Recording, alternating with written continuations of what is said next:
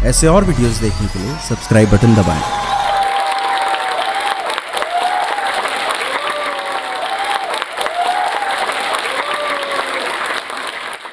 मेरा नाम विराली मोदी है।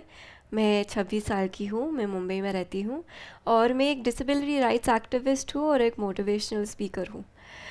तो मेरी कहानी शुरू होती है, मैं जब भी छोटी थी। मैं अमेरिका में बड़ी हुई हूँ। मैं जब से छोटी थी ना, तब से मुझे एक्टिंग और मॉडलिंग का बहुत शौक़ रहा है। मुझे हमेशा में एक्टिंग और मॉडलिंग करना था। लेकिन 2006 में मैं इंडिया आई थी 1 महीने के लिए, और जब मैं रिटर्न हुई तभी मुझे ऐसा लग रहा था कि शायद से मुझे मलेरिया हो गया है। मतलब मलेरिया के ही सिम्टम्स थे, ठंडी लगना, गर्मी लगना, सर दर्द होना, बुखार।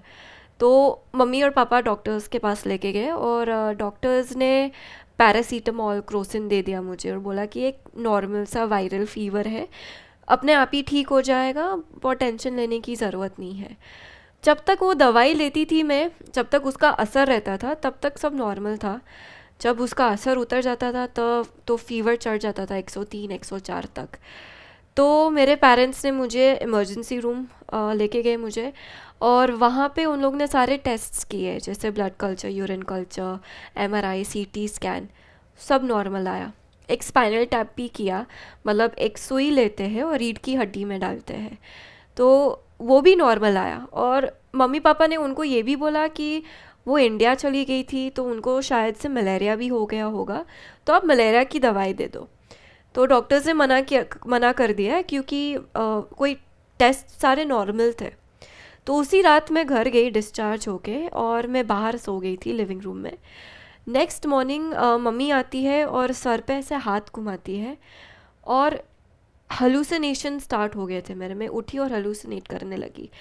मतलब मैं मेरी मम्मी को पहचानने नहीं लगी। मैंने मम्मी को बोला कि तू मेरे लिए मर गई है, तू मुझे यहाँ पे क्यों लाई, तूने मुझे किडनैप करके तू लाई है, मुझे अपने घर जाना है वापस। तो मम्मी बोलती है कि ठीक है, तू सो जा, तू जब भी उठ जाएगी मैं तुझे तेरे घर छोड़ दूँगी।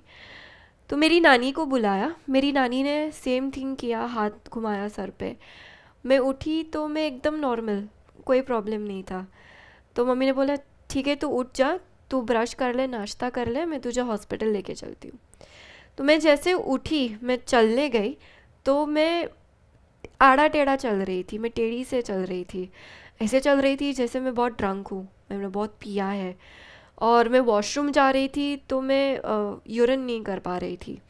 तो मम्मी ने तुरंत मुझे इमरजेंसी रूम लेके गई, और वहाँ पे उन लोग ने एक ट्यूब डाली और ब्लैडर पूरा खाली कर दिया। एक बड़ी सी हॉस्पिटल में ट्रांसफ़र किया मुझे, और वहाँ पे उन लोग ने एमआरआई किया। तो उन लोग को शायद से लगा कि एक शैडो है, बट श्योर नहीं थे। तो मतलब एमआरआई भी नॉर्मल ही था, और एक स्पाइनल टैप करने के लिए वापस से लेके गए। और जैसे स्पाइनल टैप किया, मुझे सीधा घुमाया, मुझे फीट आने लगी। और जैसे फीट आई, मेरा ब्लड प्रेशर एकदम हाई हो गया, उल्टी हो गई। तो उल्टी होने के वजह से मेरा ब्रीदिंग बंद हो गया और मेरा हार्ट बंद हो गया। तो डॉक्टर्स ने मुझे 7 मिनट तक मृत घोषित किया था, और कोड ब्लू पेज किया, और 3 बार हार्ट को शॉक दिया मुझे। और फाइनली तीसरी बार हार्ट का पल्स थोड़ा वापस आया, और उन लोग ने मुझे आईसीयू में ट्रांसफ़र कर दिया। आईसीयू में ट्रांसफ़र करने के बाद उन लोग ने एक ब्रीदिंग ट्यूब डाली, वेंटिलेटर पे लगाया, और सारे ट्यूब्स थे। और वही रात को मैं होश में आ गई, सबको पहचानने लगी मैं। और नेक्स्ट डे उन लोग ने वापस से बोला कि एक स्पाइनल टैप करना है। स्पाइनल टैप करने के बाद मैं कोमा में चली गई।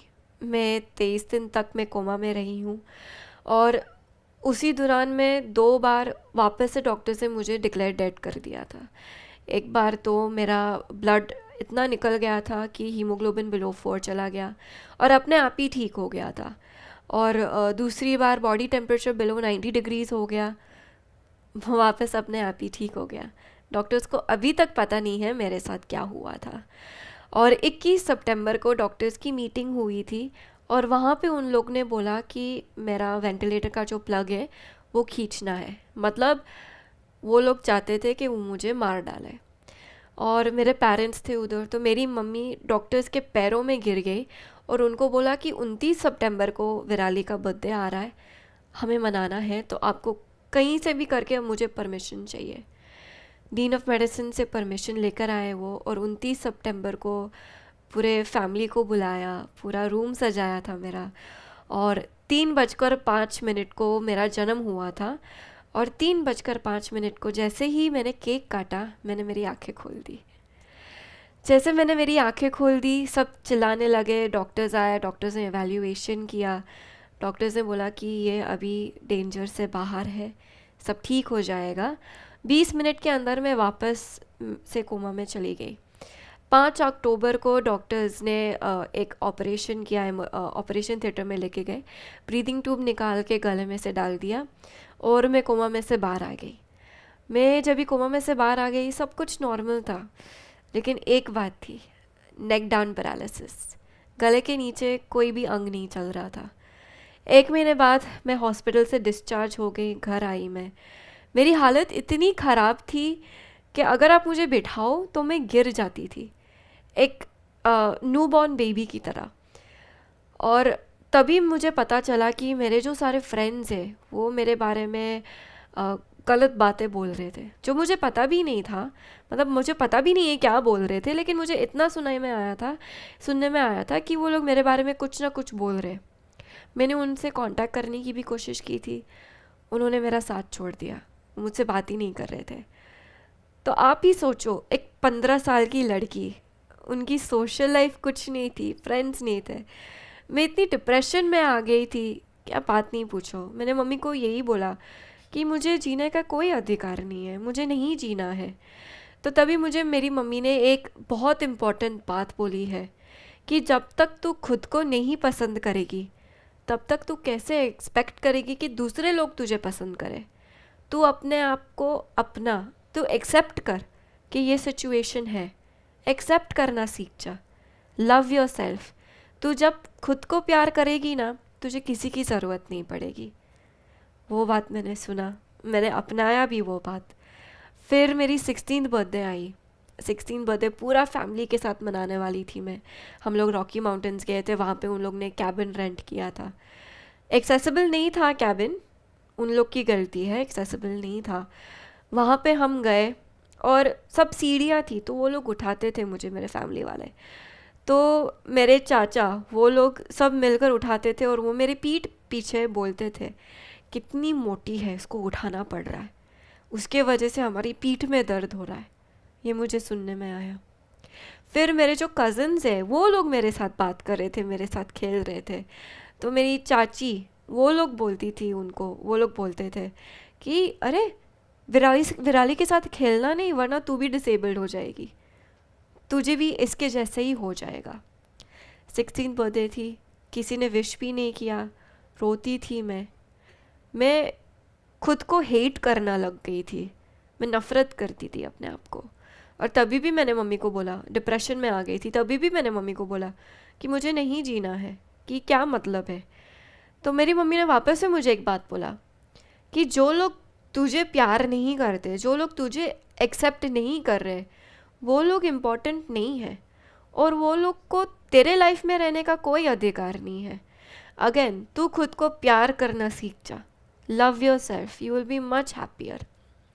फिर 2008 में मैं इंडिया आ गई, और मुझे मुंबई से दिल्ली जाना था, ट्रेन में जाना था मुझे। तो वहाँ पे प्लेटफॉर्म पे गई मैंने ट्रेन को देखा, मुझे लगा पक्का एक लिफ्ट होगा, वहाँ पे रैंप होगा। जैसे आपको पता है, इंडिया में एक्सेसिबिलिटी नाम की कोई चीज़ तो है नहीं। वहाँ पे गई मैं, तो मम्मी ने 2 कुली को बुलाया, 2 पॉटर्स को बुलाए, और वो लोग ऐसी नज़र से देख रहे थे मुझे जैसे मैं एक सामान हूँ, लगेज का टुकड़ा हूँ मैं, या फिर मांस का टुकड़ा हूँ मैं। और उन लोग गंदी नज़र से देख रहे थे। एक बंदा आया, उसने मेरे घुटने से पकड़ा मुझे, और दूसरे बंदे ने मुझे कंधे से पकड़ा, उठाया मुझे, और जैसे उठाया मेरे सीने पे हाथ लगाना शुरू कर दिया। मुझे लगा ठीक है, गलती होगी। बार बार करने लगे, और ये एक बार नहीं, ये 3 बार, इन टोटल 3 टाइम्स हुआ है ये। मुझे गलत तरीके से हाथ लगाया, मैंने कुछ नहीं बोला। फिर 2017 में मुझे एक पटिशन लॉन्च करना था, मुझे इसके खिलाफ मुझे आवाज़ उठानी थी मेरी। तो मैंने मेरी मम्मी को पूछा, मेरे फादर को भी मैंने पूछा, तो वो लोग ने बोला करना, तो launch a petition, no talk about it, क्या फ़र्क पड़ता है। बोला नहीं मम्मा, अगर लोग देखेंगे लोग क्या कहेंगे। तो मेरे पेरेंट्स ने एक सबसे इम्पोर्टेंट बात बोली, तेरा पेट ना हम लोग भर रहे, बाकी दुनिया नहीं भर रही है, बाकी दुनिया को जाने दे तेल लेने, हम लोग हैं यहाँ पे, हम लोग तुझे सपोर्ट करेंगे। और अगर किसी ने भी कुछ भी बोला तो हम लोग हैं, हम लोग उनको चुप करा देंगे। तो फिर मैंने पटिशन लॉन्च किया और अब तक वो पटिशन पे, जिसका नाम है #MyTrain2, उस पर 2 लाख से भी ज़्यादा सिग्नेचर्स है। और मैंने और एक रेलवे ऑफिशियल ने मिलकर 6 स्टेशन साउथ में फुल्ली एक्सेसिबल बना दिए हैं। और थैंक यू, फुल्ली एक्सेसिबल बना दिए हैं, पोर्टेबल रैम्प्स और छोटी व्हीलचेयर्स से लेकर। और उसके वजह से 2017 में मुझे विमेन अचीवर्स अवार्ड मिला from Delhi commission of women, मुझे rising star of India award मिला। And I was also named as one of the most influential and inspirational women by BBC 100 women. Femina magazine में भी आई हूँ मैं। और एक travel agency के लिए अभी फ़िलहाल मैं काम कर रही हूँ जिसका नाम है इनेबल ट्रैवल, और उनके साथ मैंने एक दूसरा पटिशन लॉन्च किया है कॉल्ड #RampMyRestaurant, जहाँ पे मैं रेस्टोरेंट्स को विनती कर रही हूँ कि आप प्लीज़ एक रैम्प बना दीजिए, क्योंकि इंडिया में 27 मिलियन पीपल हैं जिनको डिसेबिलिटी है। वो लोग बाहर नहीं आते हैं क्योंकि एक तो मेंटालिटी की वजह से और एक तो इंफ्रास्ट्रक्चर की वजह से। तो मैं आप सबको भी एक विनती कर रही हूँ कि अगर आप देखते, आप बाहर जाते हैं रेस्टोरेंट में या फिर क्लब पब में, जहाँ पे भी, वहाँ पे रैंप नहीं है तो आप प्लीज़ मैनेजमेंट को बोलिए एक रैंप बना दो, क्योंकि ये हमारा राइट है, एक रैंप का राइट है हमारे पास। और मैंने पहले एक शुरुआत में एक बात बोली थी आपको कि मुझे एक्टिंग और मॉडलिंग का बहुत शौक है। तो I am very happy to tell you that जनवरी में मैंने सलमान खान के साथ एक फ़ोटो शूट किया है बीइंग ह्यूमन क्लोथिंग का, मॉडलिंग का। Thank you. और पूरी इंडिया में से सिर्फ 7 पीपल को चुना गया था, जो हमारे कैंपेन्स के वजह से। Along with that, next month I am getting the Bharat Prerna award of 2018 and I could not be happier to tell you. So thank you. Last में मुझे एक ही बात आपको बोलनी है, आपको हार नहीं माननी चाहिए। मुझे पता है ये बहुत इजी है बोलना, करना थोड़ा डिफ़िकल्ट है।